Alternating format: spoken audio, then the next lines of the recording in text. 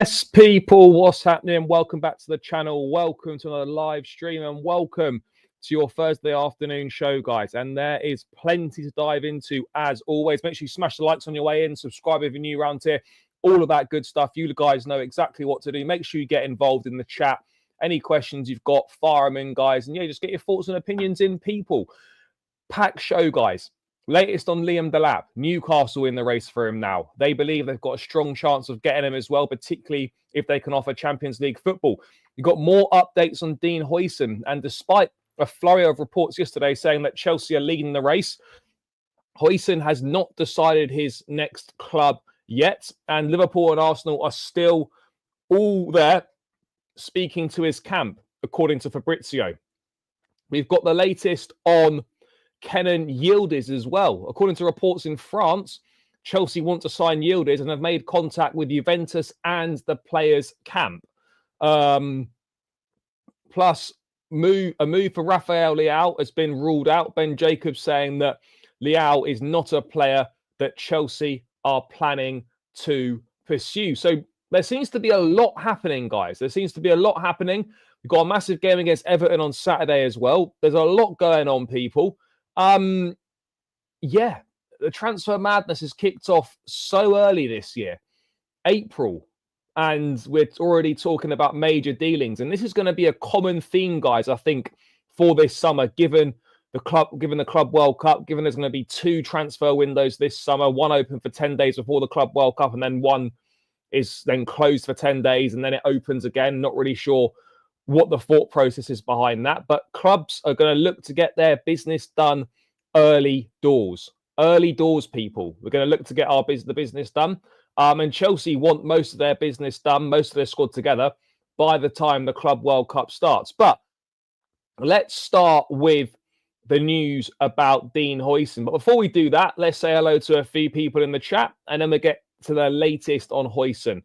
If Delap doesn't pick Chelsea, who are we going to go for as a striker next season? That's a very good question, and we'll get into it. Yes, big up, big up. We're going to miss out on Delap if we don't get Champions League football. There's a very strong possibility we could. Now, if United don't win the Europa League, there's no European football, and I think that rules them out the race. However, if Newcastle are serious, they get Champions League football, which is very, very likely, we could have a big problem. We could have a big problem there, for sure. Yes, big up, brother. Yeah, there seems to be a lot happening, by the way. Seems to be a lot happening. Yes, big up, bro. Big up. Hope you're doing well. Let's start with Dean Huijsen, though, people, because as we discussed on the show yesterday, there are reports everywhere that Chelsea were leading the race for Dean Huijsen. However, Fabrizio Romano has provided an update today. Dean Huijsen has still not decided his next club yet. £50 million release clause will surely be triggered. Chelsea, Liverpool, Arsenal still all in the race, talking to his camp. Bayern keen, since January, but depends on sales. Real Madrid haven't decided whether they want a new centre-back or not yet. Now, this makes it seem like everything is still in play. And then in a YouTube video, Fabrizio has added, one day you'll hear this club, next day another club favourite. What's the reality? The reality is that Huijsen is speaking to all clubs, with Chelsea, Liverpool and Arsenal the most aggressive to try and sign the player. I can also tell you Chelsea would have been open to Huijsen in January, but there was no chance of that happening. So we're in a situation, guys, where despite the reports saying we're leading the race, despite reports saying that we want to get the deal wrapped up before the Club World Cup, the reality is, according to Fabrizio, that we're not really leading the race. We're pushing aggressively along with the likes of Liverpool and Arsenal. Now, the only way I could see Huijsen going to Arsenal is if William Saliba leaves or if Gabriel leaves. Now, Gabriel's been strongly linked with Al Nassr in the Saudi Pro League. Saliba, there have been links to Real Madrid with him in recent times as well. But I would be surprised if one of them left, to be perfectly honest. I would be surprised from an Arsenal perspective. Liverpool is the one that I worry about the most because, yes, Van Dijk's there, but it's a chance to play alongside Van Dijk, be at the club for a couple of years, bed in, get used to it, and then eventually take over from Van Dijk when he moves on. There's question marks around Konate's future. Joe Gomez is not good enough. He'll probably move on. So, yeah, there's a number of things at play here where, for me, Liverpool can offer Champions League football. They're ready to challenge and compete for major trophies. They're going to have a massive summer. If I was Huijsen, unless I wanted to live in London desperately, I would be choosing Liverpool over Chelsea. Liverpool as a proposition is more attractive if you're not fussed about living in London. So it looks like we've still got an awful lot of work to do. One thing we do have in our favour is that Chelsea have a very good relationship with Ali Barat, who is the agent of Dean Huijsen, I believe. Ali Barat is his name. Chelsea have a very good relationship with it. And he also works with Chelsea on the Caicedo deal and the Nicholas Jackson deal. You know, this Ali Barat guy is essentially like a right-hand man to Badad Eghbali. So that relationship there with the representatives of Dean Huijsen, that could potentially give us a slight upper hand over the other suitors. But ultimately, it's going to be the strength of a sporting project and what we can offer in terms of European football.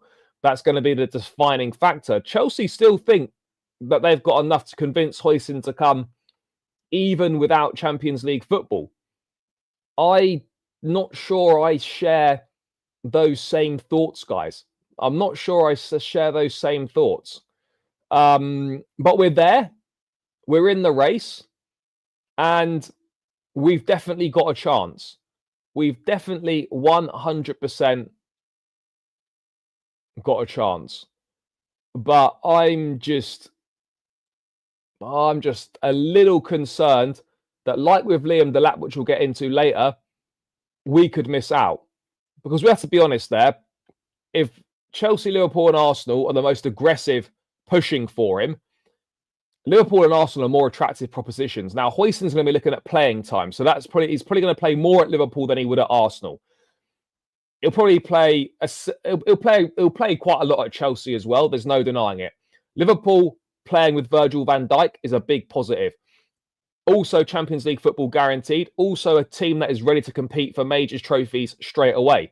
Chelsea, you've got London lifestyle. There's a chance to be part of an exciting project and the opportunity to play first-team football probably pretty much straight away as well. The wages won't be ridiculous. He'll fit into the structure and he ticks a load of boxes. No issue. But as we've discussed before, people, he doesn't address a lack of leadership and a lack of experience in the back line.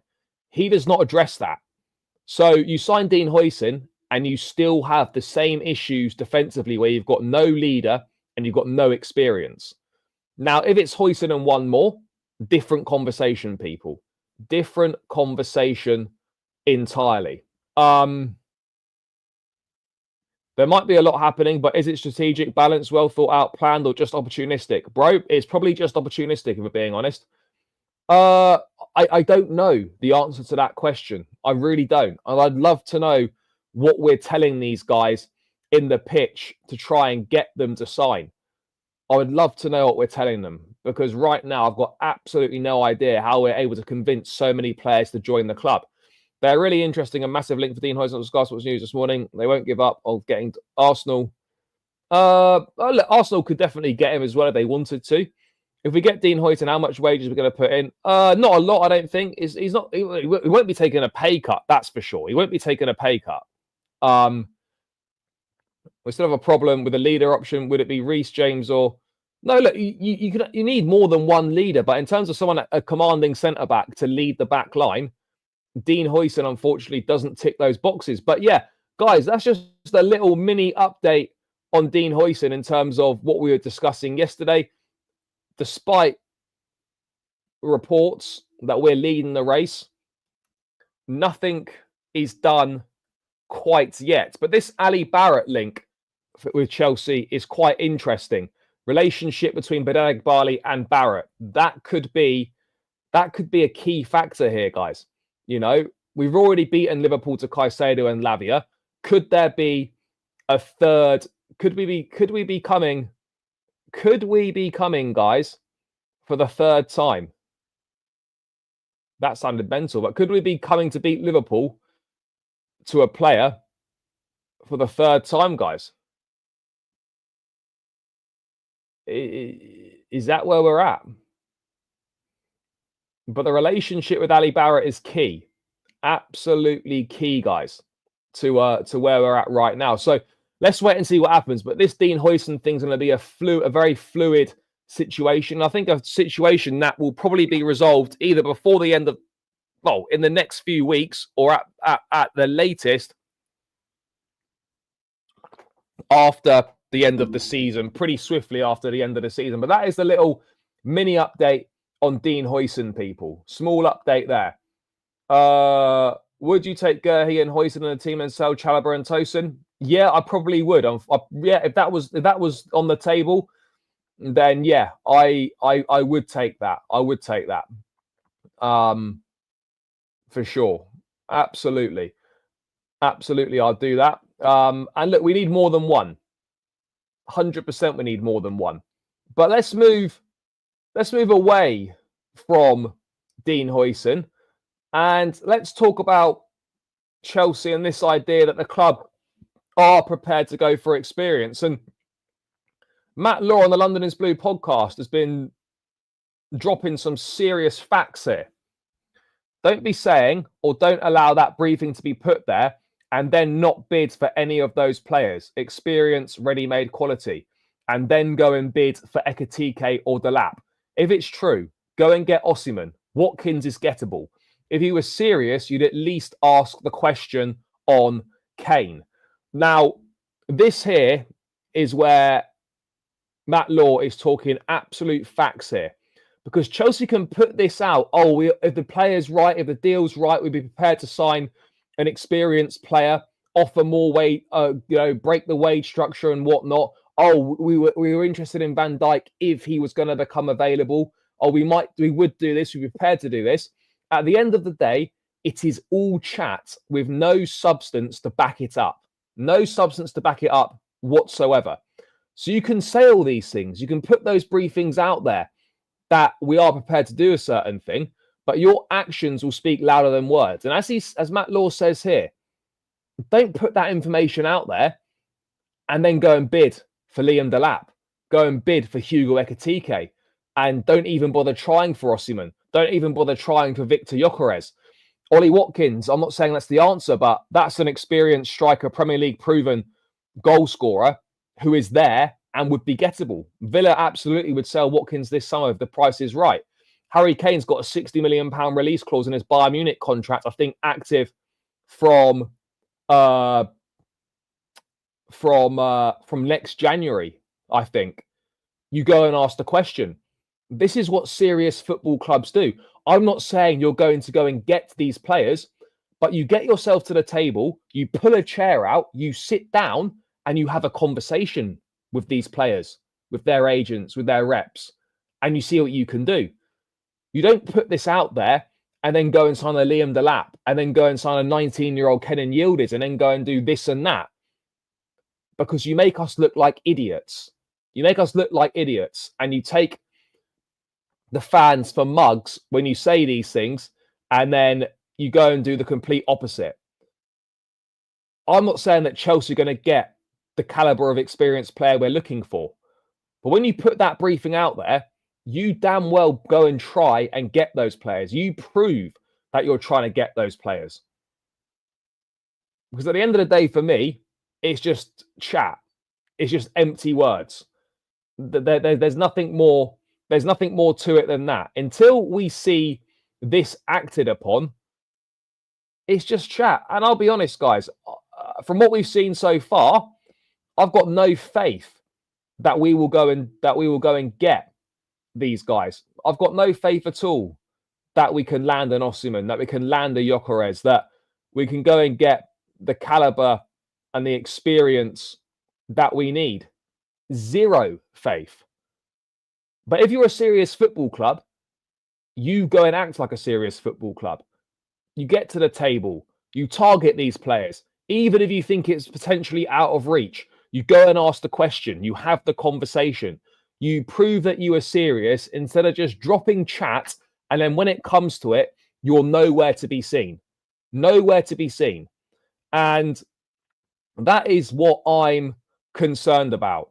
That's what I'm concerned about, is that when push comes to shove, these guys are going to be caught slacking. Nowhere to be seen. I mean, chat, what are you saying?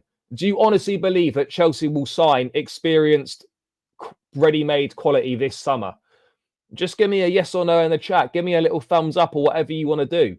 But guys, chat, let me know. Do you honestly believe Chelsea are going to sign experience this summer? Because right now, I'm finding it very, very difficult for that to be the case, because there's no evidence or no proof to suggest that, you know what? Yeah, we might go and do this.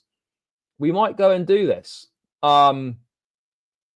We might go and do this. Now, we're not just asking for any experience. Oh, just go and get me a random 30-year-old. No, you're looking at proven quality. So this is not about, oh, let's go and get Jamie Vardy on a free transfer. That ticks the experience card. That's going to make the difference. No, it's got to be the quality as well. It's not just about having experience. It's about having the quality to go alongside the experience. So for me, you go and get Victor Osimhen. Now, I know that's not going to happen because the opportunity for Osimhen, in my opinion, was last summer. We should have gone. We should have paid the money for him last summer. 12 months later, why would we go and then put the money on the table for him? Do we swallow our pride, admit we were wrong and try and rescue this deal? Hopefully we do. But the reality is we weren't prepared to pay the money then. And I don't think we're prepared to pay the money now. Plus, I think Victor Osimhen's going to end up in Saudi Arabia. You know, that's where I believe that Osimhen will end up, in Saudi. Bro, maybe this is what it comes down to. Maybe they just didn't want him. But it's strange that you'd stay there all summer right up until the final moments, knowing full well what the stipulations are, and you still don't go for it.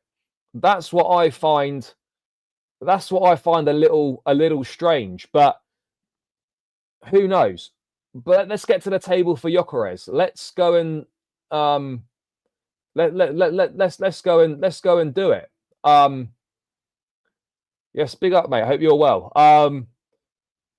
Because I haven't got the quality in general, you know. It's not just an experience thing, it's a quality thing as well. Now, I'm not saying that what you need is the right blend of youth and experience. Now, there's no denying Chelsea have got a lot of talented young players, a lot of players with potential, and there's a lot of ability in the squad. However, there needs to be some seasoned pros in there, some guys that have been there and done it, some ready-made, proven quality, not just any old experience. So we need to get that balance right. We need to get that blend right. And then, only then do I believe that we'll really start to move forward as a team. And it doesn't take a lot. 2-3 signings. If you get the right players, 2 or 3 signings are going to make the big difference. The big difference. No. A lot of people saying no. Yes, they'll get experienced players, but not what you expect. Yeah, that's kind of the worrying thing, isn't it? Like, what should we expect? What should we expect, guys? Yes, big up, brother. I've had many opinions on the striker and defender topics. We also need height for these 2 positions. Yeah, we could. I mean, Dean Huijsen ticks a height box. I think he's 6'4", 6'5", so he'd certainly tick a height box. There's no denying that. You know, he absolutely would tick the height box. No, bro, I wasn't saying Jamie Vardy is going to happen. I was just throwing that as an example out there. Yeah, that's true, actually. It's what everyone else is doing. I mean, bro, if you're about and you want to jump on and have a quick chat, let me know and I'll send you the link, bro. If you want to jump on and have a chat. If not, we'll catch up soon. But yeah, beat yourself up, brother. But yeah, everyone's copying the model, guys. Everyone wants to be us. Well, yeah, of course we should. But the reality is we're not going to do that. I agree, bro. You've got players like Rafinha, Lewandowski, but then you've got a generational talent like Lamine Yamal. You've got Pedri and Gavi, but you've got players like Frankie de Jong. You've got experience, you know, in goal in Wojciech Szczesny. I know he's not amazing, but there's a bit of experience there. You've got players like Araujo. You know, there's that really good blend. You know, PSG have got the blend as well. You've got experienced heads like Marquinhos, like Donnarumma, like Ashraf Hakimi, Vitinha, Fabio Ruiz in midfield, Ousmane Dembele out front. But then you've got young, exciting talent, Desiree Doué, Nuno Mendes, Pacho at the back, João Neves in midfield, Barcola, Doué, Kvaratskhelia. This is how we should be doing it. But we haven't quite got it there. I've always maintained, right, guys, this plan is not a bad plan. The idea is not bad. The idea is good. But the execution of the idea has been criminal. Absolutely criminal. The execution of the idea. It's been peak. We've if you're trying to balance the scale, yeah, bro, let me drop this link to you now, brother. Give me a sec. Copy that. Bro, I'll drop this to you on Twitter, all right? Let's do it. Give me 2 seconds. Oh, what the fuck am I doing? Give me 2 seconds, bro, and I'll drop the link to you.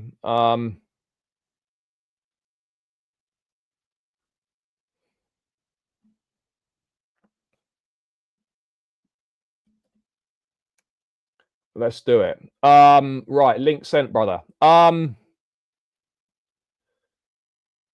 So yeah, what else we got going on? No. There's no anti-Chelsea. There's no anti-Chelsea. This is just a conversation, people sharing their opinions about the state of the club right now. There's no anti-Chelsea going on.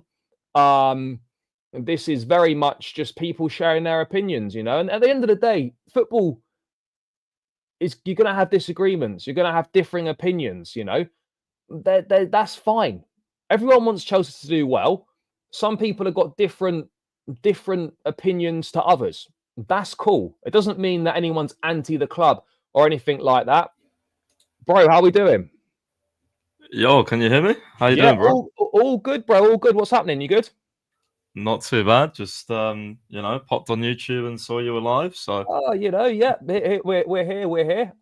Yeah, mate, talk to me. How are you feeling about how this summer is potentially shaping up, and what do you make of what Matt Laws said here? Because it's not very often I agree with him on a lot of things, but here he's talking facts. Because if we don't go and do that, then all we're doing is just dropping a load of chat, which means nothing. Yeah, no, I was just listening to you there about nothing really matters without the action, right? And I think I completely agree with Matt Law, and I'm surprised, he said it. I know it was on a podcast, but he knows aggregators. Yeah, he still said it. It's going to get out there and people are going to listen to it, So, no, he's absolutely right. I don't believe the Van Dijk story at all. I think it's, absolute waffle, probably a good PR to those that are still, I guess, deluded to the fact that they think that, we are trying for these types of players. I mean, we're clearly not. I mean, look at the rumours and not even the rumours, the reliable links we've had this summer, right? Your Gittins, your Huijsens, your Delaps, your Ekatikes, Isugo signed in midfield, even Garnacho, right? The oldest player as well that we signed, 17. Yeah, I mean, the oldest player or the most experienced player we've been linked to is Gurhi, right? And he's 24 and plays for Crystal Palace. So no, I think it's going to be another summer very much similar as to what we've had before, to be honest. And I think obviously I want Champions League because of, I'd love to be back in there. Great anthem and, great nights and stuff at the bridge. And we deserve to be there. But ultimately, I kind of want to be there the most just to see, they can't hide, right? If we get Champions League in terms of the summer window, they'd have more to operate with. They'd have, let's see if then they would make exceptions, right? Because right now they've got an excuse of, we can't afford the wages because we're not in, we don't generate enough revenue, blah, blah, blah, blah, blah. So it's that's one of the reasons why I mainly want to be back in Champions League, because if we still go for your Delats, your Seskos, your Huijsens when we're in Champions League, your young players, then clearly the model's never going to change. No, bro, I absolutely hear you on that. I mean, we're going to get into a couple of these players. By the way, this wasn't leaked by Matt Law. That was said by loads of people yesterday. Matt Law, Ben Jacobs, Independent, other people as well. So look, we're there for Huijsen. we want to get him. We're going to try and get him. As I was saying earlier, the relationship with that Ali Barak guy could prove key. Apparently, he's very close with Badad Agbali, worked on a Caicedo deal, worked on a Jackson deal. So let's wait and see. But, I mean, bro, let's talk strikers, right? And there's been varying different shortlists. But Sky Sports reporting yesterday that some of our targets include Delap, Ekatike, Sesko, David, and Osimhen. Now, I was talking a little bit about Osimhen before you jumped on. I'm convinced we've missed the boat. Last summer was the opportunity. We missed it. I think he ends up in Saudi Arabia. What are you saying briefly on Osimhen before we go on? Yeah, I think so. I mean, we've not really. He's not really in the brief striker list. I know you've got Sky Sports up here, but I mean, Carver's the only one kind of saying that, and that's probably just to cover the angle, just in case. I mean, Ben Jacobs, Kieran Gill, Matt Law, everyone linked to the club that is getting these briefings. Osimhen's not even on the list anymore. So, the ones we've really been getting are Delap, Sesko. Ornstein keeps mentioning those, and then I guess Ekatike's name's popped up a little bit, but the only one that's like kind of in that realm of a bit older, I guess, is Gyökeres, but I don't know. He's obviously a heavy target for Arsenal, and again, I have no idea what wages he wants. The ultimate thing is the wages, right? The wages, they stop any kind of big moves, and they have done for a while. And I'm glad people are starting to finally catch on as well now, because I was saying this a couple of years ago when we was targeting players, I was like, and even the same goes with managers, right? Like there was I know not everyone wanted De Zerbi, but De Zerbi, as far as I'm aware, would have been Chelsea manager if it wasn't for his wages. So they have just got this thing with not paying wages. They do not like paying big wages. They are, you either accept our terms or you don't join the club. And unfortunately, yes, it'll work out in certain cases, but for a lot of them, you miss out on players like Osimhen. You miss out on players, that you could go for in defence, for example, and anywhere really, any position, doesn't matter what position. The best players still want to be paid the wages, and actually not even the best players now, because someone like Delap, he's got interest from Man United, Newcastle. Are we going to be able to compete with those two for wages? Or are we going to lose out on someone like an Ipswich Town striker as well now? It's crazy. Well, mate, it's funny you mentioned that, because obviously we've made it look. Whether we get Delap or not, right? This is not about, oh my God, Delap's unbelievable player. We can't afford to miss out on him. But if we miss out on him, it's the fact that we've made it so public we want him. It's the fact that it's so obvious he's our main striking target. The fact that Joe Shields bought him to Man City, the fact that Maresca's obviously coached him at the City Academy. He was obviously good mates with Cole Palmer. Maresca's been praised. He's praised him so many times in the press this season. It would be embarrassing as a club for us to miss out on Liam Delap. But if we don't get Champions League, and Newcastle are serious about getting Delap, and they've got Champions League football to offer, and their sporting project is more attractive than us, and they're a club very much on the up, whereas we've kind of gone down and we're trying to get back up. Unless Delap wants to live in London, unless we can convince him that, Chelsea's the right place for him, if Man United have got Champions League football, if they somehow win the Europa League, Man United and Newcastle, well, certainly Newcastle, mate, Newcastle's more attractive than Chelsea right now. And that's a mad thing to be saying. But for someone like Delap, the opportunity to, rotate, play with Isak, Champions League football, great stadium, a club seriously on the up, mate, I'm concerned that if we are playing minimum Europa League next season, we could genuinely miss out on Delap.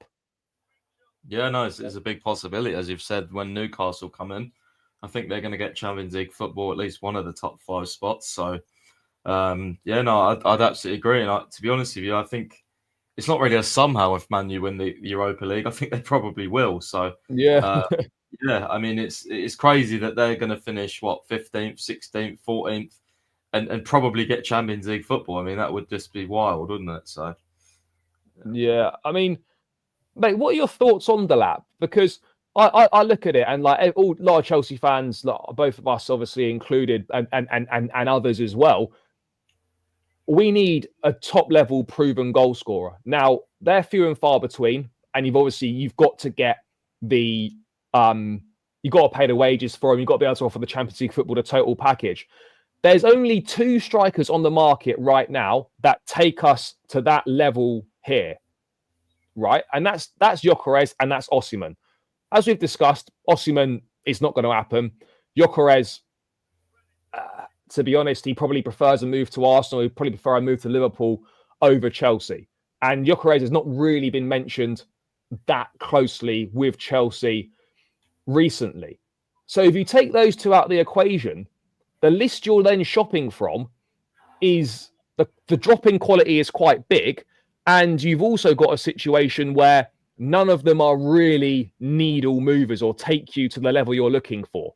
You know, I mean, Hugo Ekitike is an interesting one. I mean, his name's sort of appeared in recent weeks. And I'm looking at it, and this is like, I mean, the Frankfurt chairman or director or whatever, they want 100 million euros from him. I'm like, the kid's 22. He's had one good season, which is this season. And since Marmoush has left in January, his form's dipped a little bit.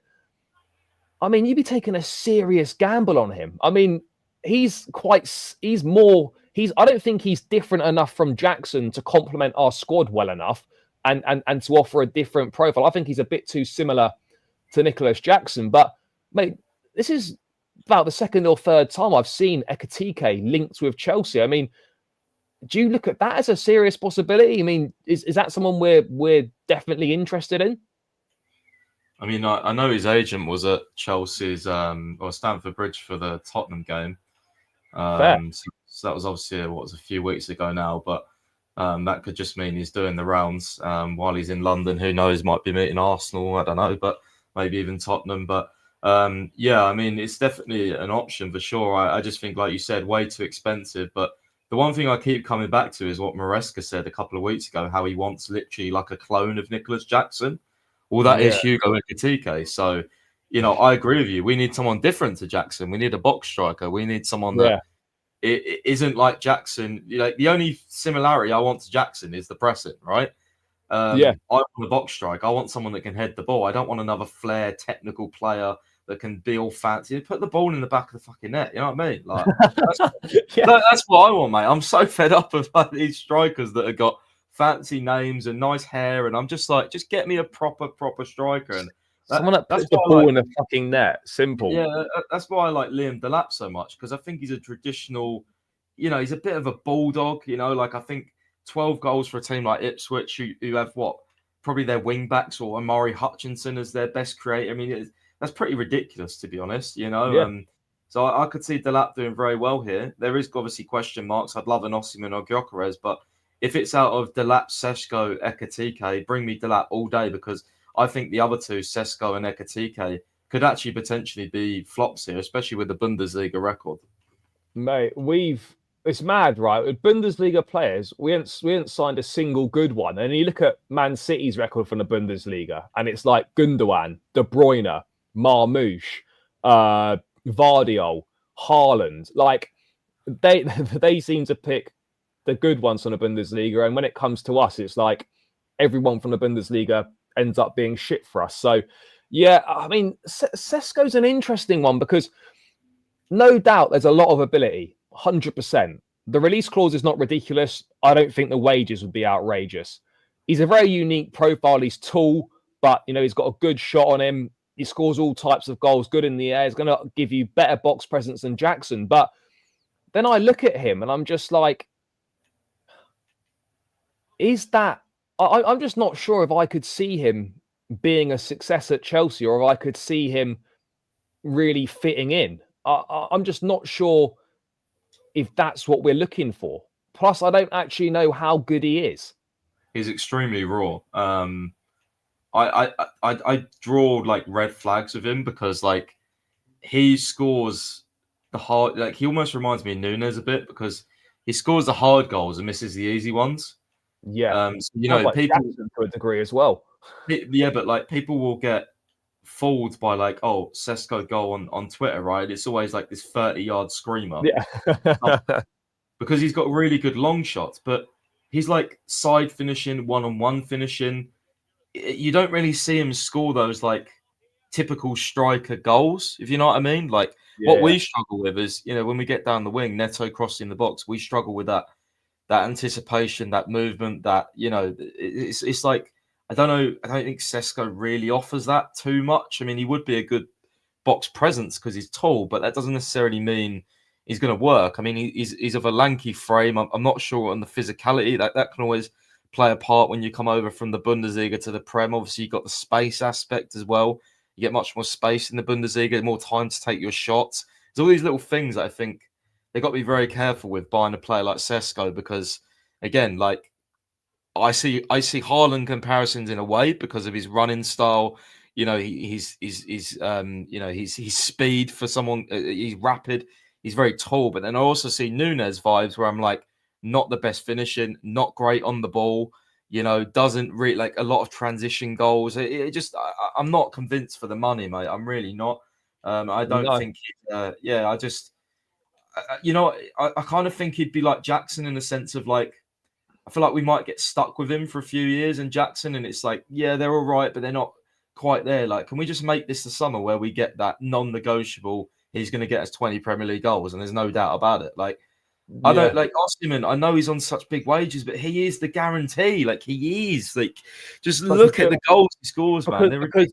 Because then Neto as well. There's at least there's someone to get on the end of his crosses. Like, how many times this season is Neto putting balls into the box and then last game there's no one there? How many times are we crossing into the box? No one there. Like, unfortunately, and I hope this ownership realize that this summer is that if you want a top striker, unfortunately, you have to pay top money because the best strikers command the most money. And that's just the way it is. And if we have to do that, you have to. Like, no successful team hasn't had a top centre forward. You have to have a top centre forward. It's as simple as that. I mean, there's people talking about Mateta. Mate, I would have taken Mateta in January. I said, you know what? It's funny that I actually said, let's put a bid in for Mateta in January, and everyone called me an idiot. It's hilarious. Isn't he out of contract this summer? Not quite sure on that, but I'll have a quick look. But this is what I mean, though, mate. Like, you can have Jackson, you can have your big main man like Osimhen, sorry, and then why can't you have like an older, more experienced head like the Giroud, Loic Remy, Demba Ba type striker? Like, why couldn't you have that? And that for me is what we also need. You can have those three strikers. Why not? I honestly think we need three strikers in the squad. And Mark Guiu go on loan, but if you have Jackson, Delap, like if we went into next season with Jackson, Delap, and Osimhen, that's all bases covered. Yeah, he's out of contract this. No, he's not. He'll have a year left on his contract this summer. Right. Yeah. You could do a lot worse than that. Not as a main option, but as like in addition to. Yeah, mate, I've been saying this for since they started. They won't do it. It's all about resale value. It's all about risk to rewards. It's all about what if they like with the older players. It's never taken into account of. He's only 27 though, bro. He's 20. I know it's old for us, but he's 27, Mateta. Yeah. Well, that is old for us because they call Tosin. Yeah, he's 26. So that is like, yeah. I mean, it is kind of it's a business at the end of the day. It's not really a football club anymore. I've said that for a long time, and the worst thing is they know that like the project could become a lot better and easier if they added certain additions. They're just so hell bent on proving people wrong and doing it their way, and that the way they've decided that it's like I said, mate. That first window, worst thing to ever happen to this football club because they signed Sterling, they signed Koulibaly, they signed Aubameyang. They all flopped, and they thought we're never doing that ever again. And that's it. They won't go back to it now. They think that. But the idea of that window was actually good, though. Like, the idea was good for the window. Exactly. And they'll turn around and say, "Oh, but poor." Yeah, but they'll turn around and say, "Oh, but Sterling was proven. Oh, but Koulibaly was proven." So and it's just they have all these counterpoints to you whenever you put them to them. And it's just so tiring. But it's like, okay, let's sign Huijsen and let's see what happens when we go to Arsenal away next season with Huijsen and Cole. Well, let's see how that goes, yeah.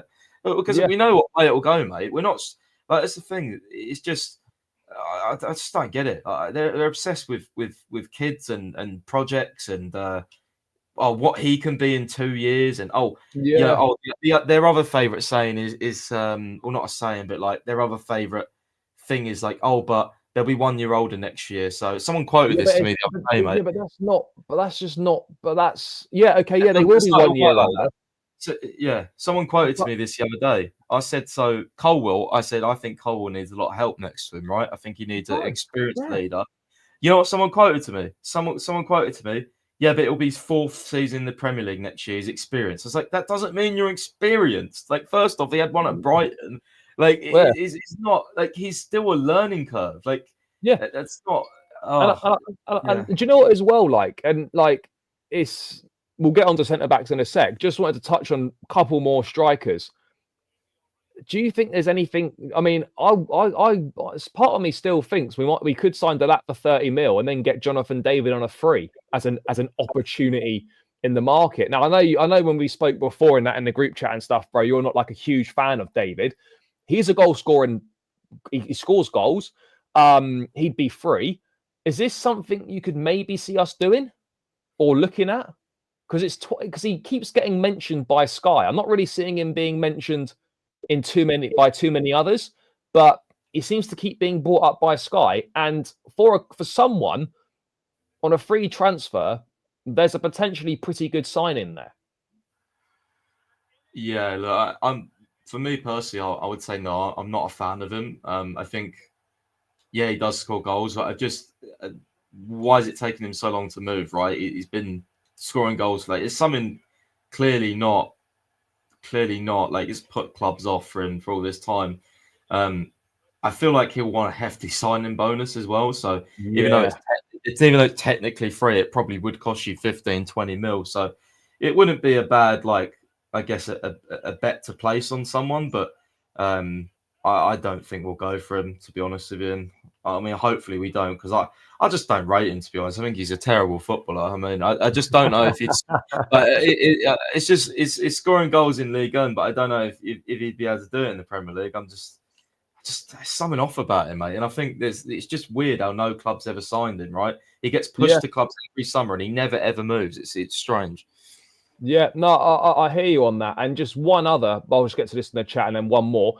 I honestly think Mikel's on commission for this deal or something. He keeps banging the drum. He keeps saying he wants to come. He keeps saying, if we pick it up, the deal could be done real quick. I'm just not buying it. I don't see it. If I'm wrong, fantastic, but I just can't see it. There's one other that someone was mentioning in the chat.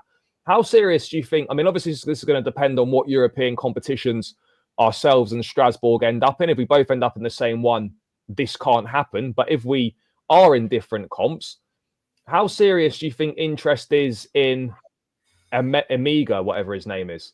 And how, I mean, have you seen much of him? Because I've not really seen much, but we have been mentioned with him a couple of times. Do you think that could be a possibility?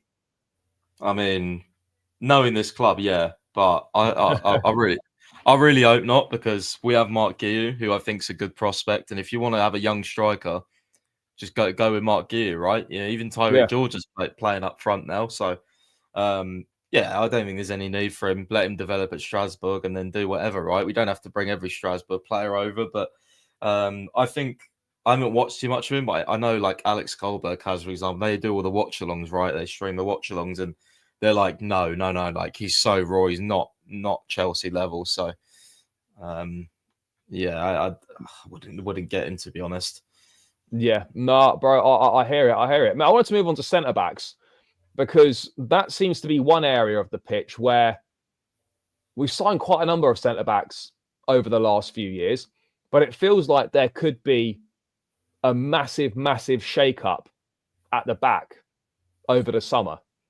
Now, from what I was seeing yesterday about, them wanting Huijsen to complement Fofana, my big worry is that Chelsea are planning to go into next season banking on Fofana being a starter and being fit. That, for me, is a massive red flag. Did you get that from that Matt Law article? Are you concerned that Chelsea are planning with Fofana to be a starter when he just can't keep himself fit? That'll be my first concern.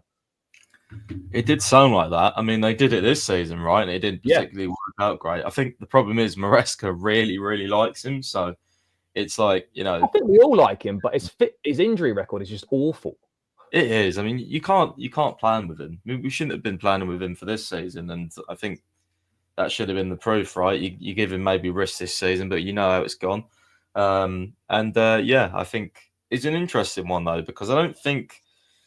Well, I don't know if it will just be Huijsen, but I don't think it will be. I feel like there might be one more. I think people forget that, Sarr obviously at Strasbourg. I guess it would depend if he stays in the squad, but you got someone like Badia, Shield, Disasi, Tosin. I could see all three of them leaving. To be honest, I could see Chalobah going as well, bro. Chalobah, yeah. So especially if we're in like Champions League, I don't think it will be just Huijsen. To be honest with you. No, I don't think it can just be Huijsen. It has to be Huijsen and one more. And that one more needs to be someone with leadership and experience. It has to be, because otherwise you're faced with the same problem.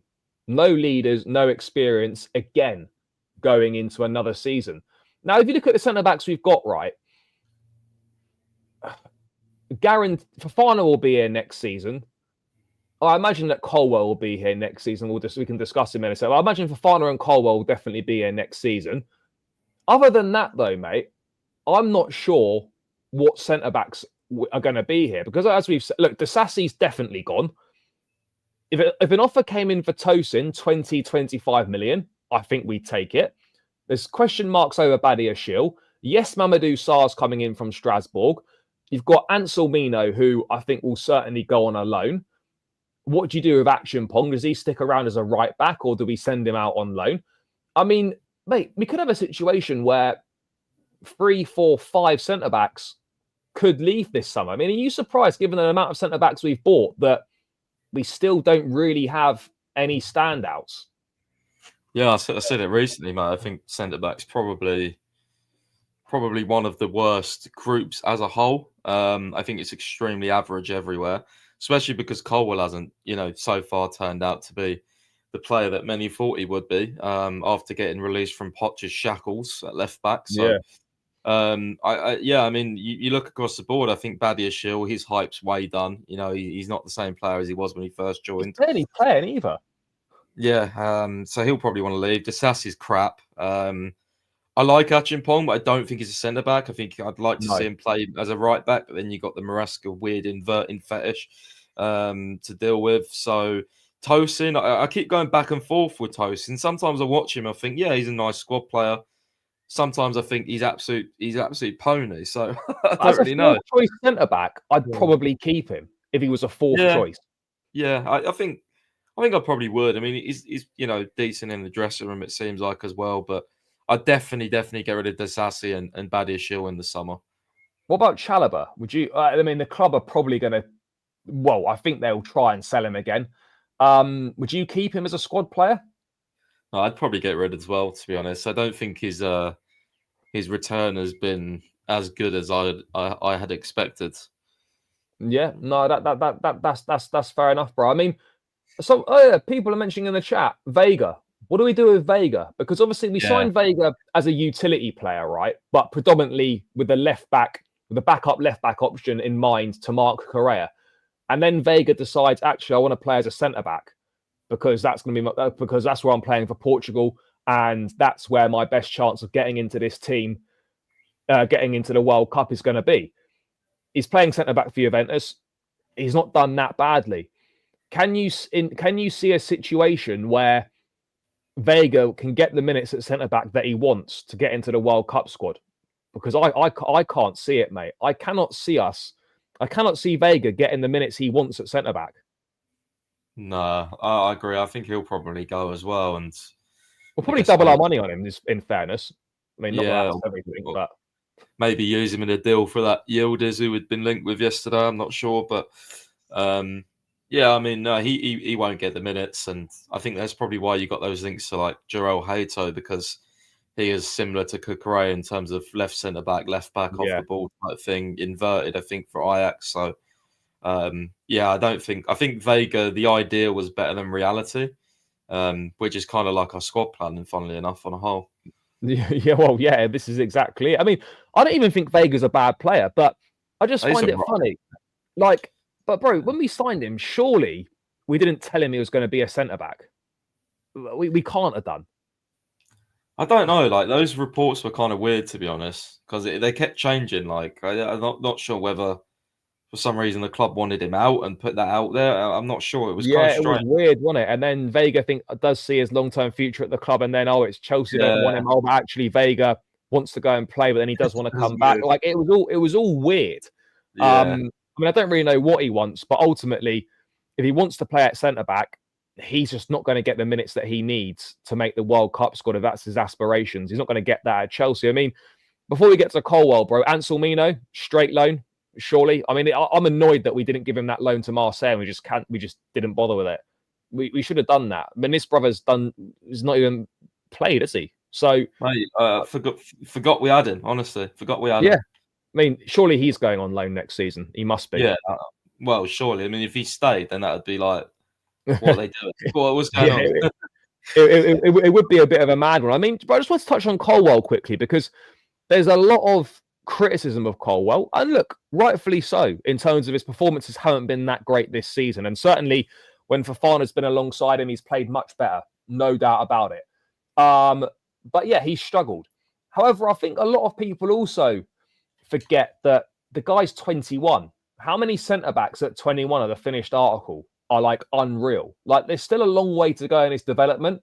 I'm not saying he should be an automatic first choice right now. Maybe he shouldn't be, and maybe he needs that competition and whatnot. But where do you stand with Colwill? Because obviously the club rate him highly. We obviously turned down opportunities to sell him, in previous windows. Where are you at with Colwill in general in his Chelsea career? He's still young. There's still a lot of development. There's still a long way to go. And do you think that if an offer come in, 50, 60 million maybe, I don't know if we could get that now. Maybe his stocks have dropped a little bit this season, a touch. Do you think Chelsea would change their minds on it? First off, no, I don't think Chelsea would sell him. I think they'd keep him. I think it would take something probably like 80 million for them to consider, because he is an English young centre back at the end of the day. And like as much as I don't rate his performances this season, he is proper Chelsea. He is an academy player. I like his attitude whenever I listen to his interviews. I think he's got his head screwed on very well. He looks like the type of player that knows what he needs to improve on, which is always a good sign. And I think, it's a difficult one in a sense because you've always got that like, okay, there's obviously loads of centre backs out there. There's that temptation that how long is it going to take, to get to the level you were set out to be, right? But that's again where I come back to like the whole point of Huijsen. I'm like Huijsen makes perfect sense for Liverpool and Arsenal, right? Go there, right? You may not start alongside Van Dijk or Saliba. But even if you don't play, you learn off them. Who's he learning off here? They're learning off Huijsen. No one. Yeah, they're learning off Huijsen. Do you know how mad that is? They're learning off Huijsen. Yeah, I know. Like he's 19. They're learning off Huijsen. That's fucking mental, mate. I can't believe these guys. They're crazy. As much as I don't want Mark Guehi makes way more sense than someone like Huijsen for us. Yeah, it does. I mean, I'd take both, but yeah, if it's only one, and this is nothing to do with player quality or anything like that, but if it's only one, Huijsen is Guehi is a better signing for Chelsea than Huijsen is. And people and the people in the chat might think that's ridiculous. Or what are you talking about? But the reality is, what Chelsea really miss at the back is leadership and experience. Guehi gives you that. Huijsen doesn't. I don't want to go into another season where we're saying, "Oh, we could really do some experience and leadership at the back." That's the funny thing. We will be having this exact same discussion. But of course we will. The window will close, and we'll make a few mistakes at the back, and people will be like, "Oh, why didn't we get an experienced centre back in the summer?" They're just like seriously, what are we doing here? What are we doing here? But there's going to be a lot of movement at centre back. A lot. I do think two will come in, but two will only come in depending on how many go out. But look, if you miss out on, there are alternatives. If you miss out on Huijsen, we'll probably definitely get Mark Guehi. What are your thoughts on the links with I know we touched on Hatta, but what are your thoughts with links to Branthwaite? I'm not quite sure, to be honest. I mean, good player, good on the ball, like very, very, very physical. Would obviously add the height, but there is a slight worry that Everton defend really deep, and I don't know how he would do. Not saying we play a high line, but we definitely played much higher than Everton. Like when we get turned over, he's going to face much more transitions than Everton do. So there is that, like, stylistically, would he be able to adapt to Chelsea fast, or would he be sort of exposed and have that kind of 1 or 2 seasons of learning, right? Because he'd be very expensive, I think. So yeah, I mean, I'm a bit like 50-50 on him, to be honest, because I've not really, like, I've watched him for Everton. I mean, he's played a couple of times, I think 3 times for England, but it's just, even when you play for England, right? We defend deep, so I don't know, like, that transition in terms of the stylistic aspect of Brantford. How would that work in a team like us? And yeah, I mean, maybe even on the ball, to be fair, I think he's all right, but like, we have the ball so much. Like, you need to be able to break lines. You need to be able to be comfortable under pressure. Yeah. So yeah, I think that is one of the really good things about Huijsen, is he's amazing on the ball. Like, he's so good on the ball, but again, like, it just feels like everyone we target, there's always some sort of like, oh, but this, oh, but that. Yeah. So, I mean, oh, it's so Huijsen annoying. does. I mean, Huijsen does address a lack of height in the back line. He's pretty tall. He does address that. No one's saying experienced centre backs don't make mistakes. We're not talking about mistakes. We're talking about, we need a leader at the back. We need experience. We need someone to, for the younger centre backs to learn from and look to in difficult moments in games. What is like when your backs are against the wall, when you're in a difficult moment, you've got to dig in, and you need that know-how. What, Colwell looks to Huijsen looks to Colwell. Like, that's not doing the business. That simply isn't doing the business at all. Yeah, bro. To round out, let's chat wingers, because again, another area where it feels like we've signed so many players in wide areas, yet we still somehow find ourselves needing more. Now, we know that Mudrik's out of the picture for now. Whether he plays again for the club is unclear, but you've got a plan without him. Firstly, Jadon Sancho, you keeping him or sending him back? A couple of weeks ago, I was leaning towards sending back. Now I've kind of flip-flopped the other way to keeping him. I feel like it might be worth just keeping him, just because, I mean, he gets settled in somewhere. I think he does add that creativity. He has had problems like everyone has against deep blocks in terms of he's getting double marked. I don't think it helps the way that Maresca doesn't overlap a fullback, because he's constantly 2v1. Defenders are on him. So, yeah, I mean, I'm not saying he's the best player in the world, but, when you start looking at other wingers, it's like, are they better than Sancho? I mean, I don't know. Nico Williams probably is, but Gittins and Garnacho? No. Garnacho's not better than Sancho. Garnacho's not better than Sancho. Like, I've seen Man United fans, the ones that aren't salty, say they'd have Sancho back. So, there's no way I'm signing those two over Sancho. You must be joking there. No, mate, I hear it. But I was the same as you. Like, a few weeks ago, I was like, yeah, absolutely no way. I'm sending him back. His form's been dire. Over the last few weeks, the form has improved, and he started to look a bit more like the Sancho that we saw when he first come. And the way I look at it, I'm like you as well, bro. I think for 25 million quid, I don't want him to be an automatic starter. I don't want him to be starting week in, week out. But for 25 mil for a squad option, you would be very hard pushed at that price to find someone better. So for those reasons, I'd be keeping him. Now, obviously, we're looking to sign a wide player. Now, you see names here: Williams, Gittins, Garnacho. There might be some other candidates we heard about. Yildiz, potentially, a report from France, I think it is, that maybe we're going to be looking at him. Bro, where do you stand with these wide players? Because we've got Esteval coming in the summer. Quenda arrives the summer after. When you look at those 3 names there, you chuck Yildiz in, I'm almost like, Jesus. I mean, nothing really excites me there at all. Yeah, no, me same, mate. I mean, the one I want is Leao, but I obviously understand even with him, as you know, there's the downsides to is his work ethic good enough? But I just, to be honest, man, I think the winger market's like proper crap. Isn't Like, it? It's proper you're not dry. gonna get like Rodrigo. You're not gonna like Cavara was the dream when he was leaving Napoli. I was begging inside for us to go for him. The price as well. It wasn't even bad. It's just it's the wages. It's the wages. So yeah.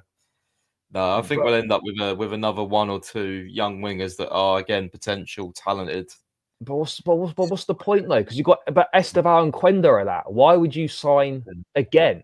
Like, how many wingers of the same age do you need? Because Charlie, they're all going to win the Premier League together in 5 years. So don't you yeah, know well, exactly. Or if they don't do that, we might make a few quid on one or two of them, and then we start again and we bring the next ones in, and we keep doing that until someone turns out to be generational. Like it's yeah. I mean, it's mental, mate. It's absolutely mental. I mean, Gittins right now seems the most likely. I'm not saying he's bad. He's got Champions League experience. He's been playing regular football for Dortmund. He's had a productive season, I'd say, so far. Again, he's shown moments, but he's 20 years old, and there's a lot of inconsistencies. There's a lot of rawness, and I'm not really sure why. I don't understand why we need him. Like, what's he bringing that we don't have? That would be my question. Like, I know we're going for another winger, but do you even think we need one? Could Tyreek George not just fill that void? I know there was a report in the Athletic saying Maresca wants 5 in the squad next season. You'd have Esteval, Sancho if he stays, Neto, Madueke, and could George be that 5th?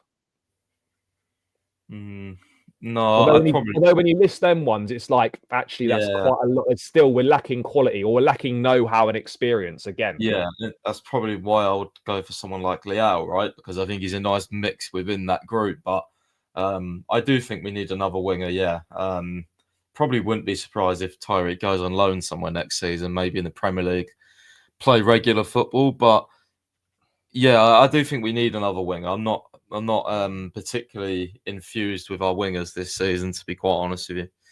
Apart from Madueke, I think Madueke has been quite good. Yeah, no, mate. I actually think the Madueke disrespect is mad. Like, I'm not saying he's unbelievable, but he's way better than anyone gives him credit for. By the way, I mean he's been linked with the likes of. There's been links with Newcastle. There's been links with Aston Villa. I mean, bro, do you think if an offer came in for Madueke, let's say 40, maybe 50 million pounds, which I don't think is outrageous, given he's an England international, young, Premier League experience, and loads of room for potential. Do you think Chelsea would accept 50 million for Madueke? Nah, he's up there. I think he's worth more than that.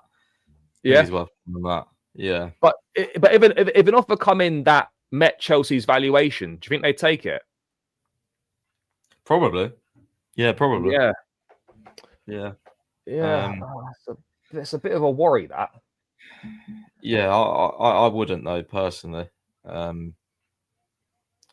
think that he suits the way Maresca plays, and I also think he's been a bit of a shining light whenever we've needed a bit of impetus in games when it's been a bit boring and Madueke comes on, or he starts. You know, like for all I say of Sancho's gets 2v1 all the time.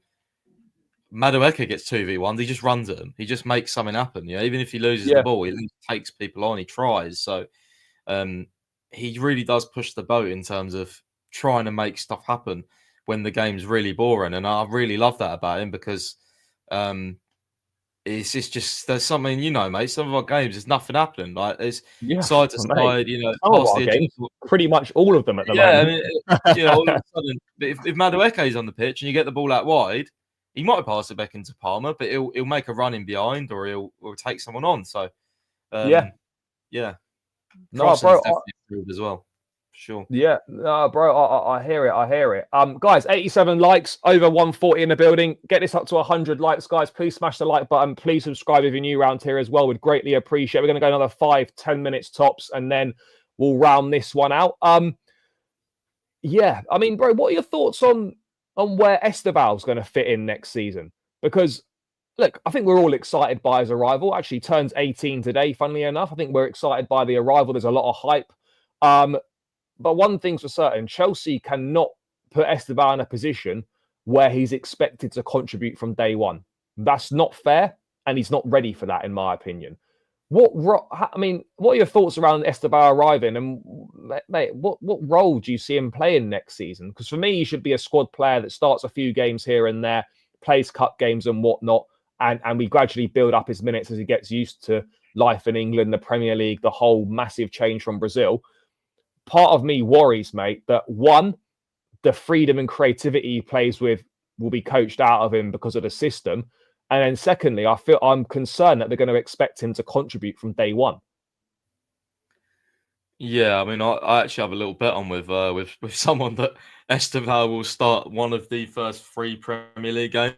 And the guy was like, absolutely no way. And I'm like, mate, you just watch. Like, no, I honestly think you could be right, you know. But yeah, no, I mean, I don't know. Let's see. I mean, he won't have much of a pre-season because he's not with us for the Club World Cup. He's playing for Palmeiras still. So yeah, I don't know about your second point though, because like you say, like you have a fear creativity and stuff could be coached out of him, but like I say, like look at Madueke though. Like I don't think he's had that coached out of him. I think it may be just up to the player to have that like.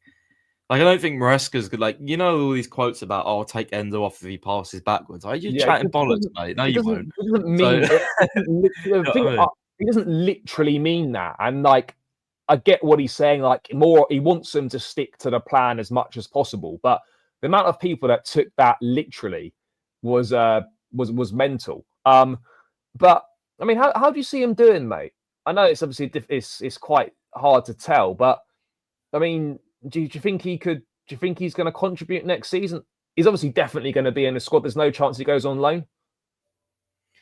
No, he's going to be in the squad. Yeah, I think Kendry Paez might go on loan, but yeah, I've got no idea how he's going to do. To be honest, like he's a very exciting talent, but honestly, no idea.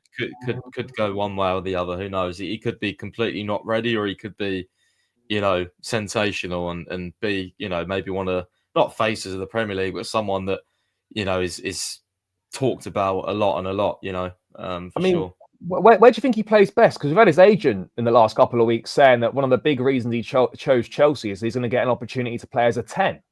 And I'm sort of thinking, well, where's that opportunity to play as a 10 coming? I mean, is he going to rotate? Is he going to rotate with Palmer? I mean, do you see him playing on the right and him and Noni rotating on that right side? Yeah, I think he'll play on the right. Either maybe the 10 something for down the line, or maybe it's don't know, Win Stanley promising something that doesn't get delivered like he usually does. I don't know. Oh mate, that's pretty standard. I think we've done that with virtually every signing. Promised something that we can't keep and we can't deliver. That's our mantra, isn't it? That's our mantra. That's seemingly what we do. Last thing, bro. Goalkeepers. We had Matt Law in his article yesterday saying Chelsea's going to conduct a review of the goalkeeping position before deciding whether they need to enter the market. If they don't, it'll be 2 of Sanchez, Jorgensen, Petrovic, and Penders who'll be the keepers next season. What do you envisage happening this summer with the goalkeeping position? First of all, I find it funny that word in a review. What do you mean a review? It's very obvious. Yeah, I don't know who's good and who's shit. You know, what are they looking? What are they looking for? Yeah. Hey, can you hear me? Yeah, all good, bro. Oh, sorry, lagged out. Yeah, no, I think the review stuff is quite funny. I mean, it's very obvious. You don't need to review Robert Sanchez. No. So, no, I honestly, I think what will happen is probably Petrovic is the number 1. I think then it will probably be Jorgensen as a number 2. I think then probably it will be Penders as Strasbourg, and I think they'll try and sell Sanchez. Yeah. I mean, that's what I'd do anyway. I don't know about you, but yeah. Mate, that's exactly what I'd do. Petrovic and Jorgensen compete for number 1. Petrovic obviously should be the number 1.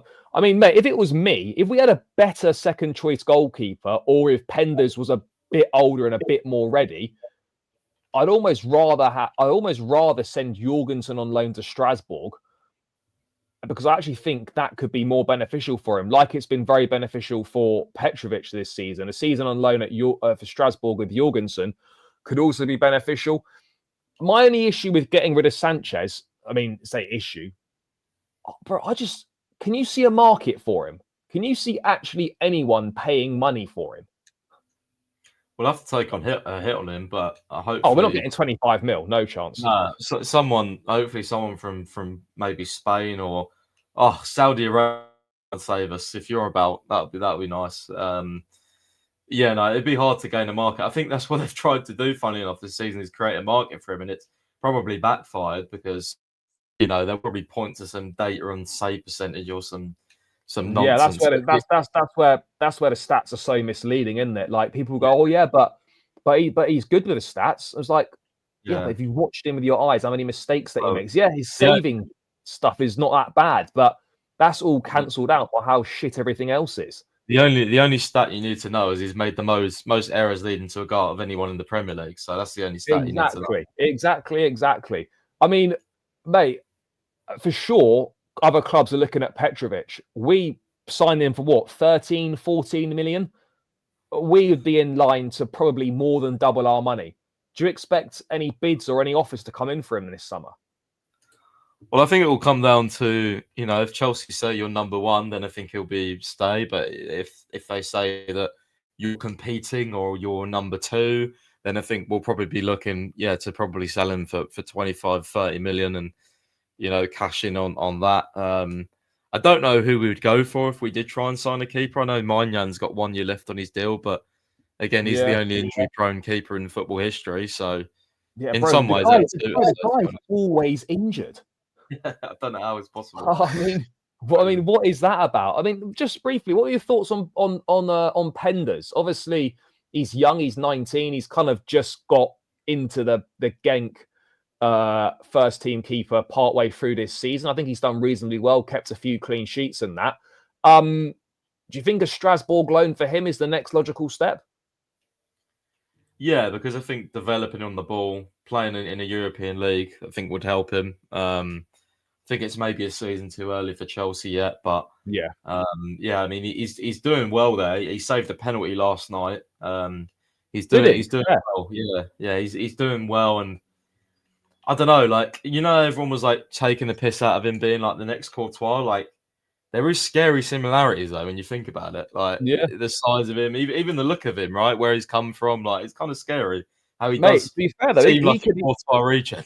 Mate, he could easily spend another couple seasons out on loan. I mean, Courtois done 3 seasons on loan before eventually playing for us. I don't think there's any rush with Penders.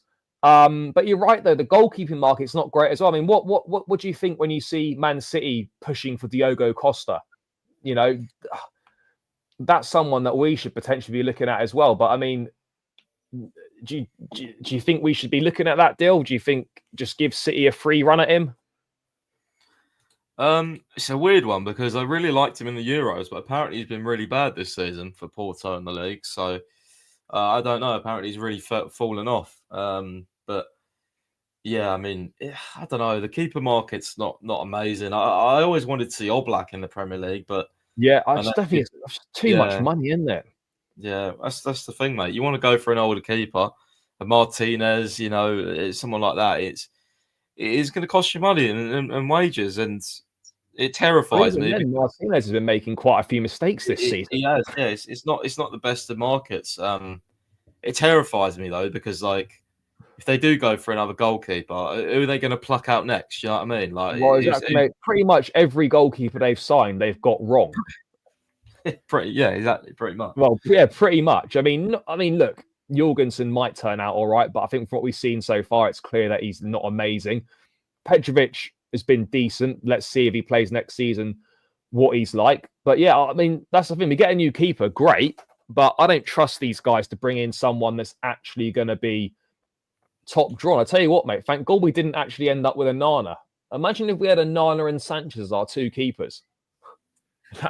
that would have been that would have been mental. I mean, but I'll tell you what, bro. At the time when we were strongly linked with him, I was pushing for it, mate. I wanted him. Yeah, I've been getting it all over Twitter this week. Yeah. Saying I never should talk on Chelsea again after one. No, but mate, I wanted him as well because he was so good at Inter. Like, I'm honestly, mate, I'm surprised at how bad he's been at United. I really am. But yeah, mate, if we'd had him and Sanchez, yeah, it would have been bad for us, real bad. But yeah, guys, we're going to round that one out there. Guys, 3 likes away from 100. Make sure you smash the likes, get it up to 100 likes, get it over 100 likes. Make sure you subscribe to the channel if you're new around here as well, guys. We're over 16k now. Let's head towards the road for 20k as well and truly on. So please do smash that subscribe button. Pice, thank you for your time, bro. Good to catch up. It's been a while. Let the people know where you are. I know they should already know, but if they don't, let them know what you do. Yeah, I mean, Twitter, just same as my picture on there and my app.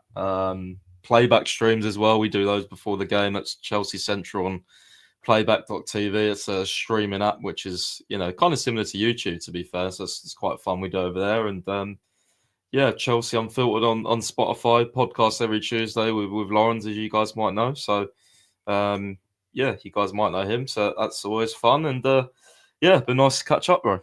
Yeah, no, bro. Pleasure as always. Guys, make sure you check all that stuff out. I'll link it in the description.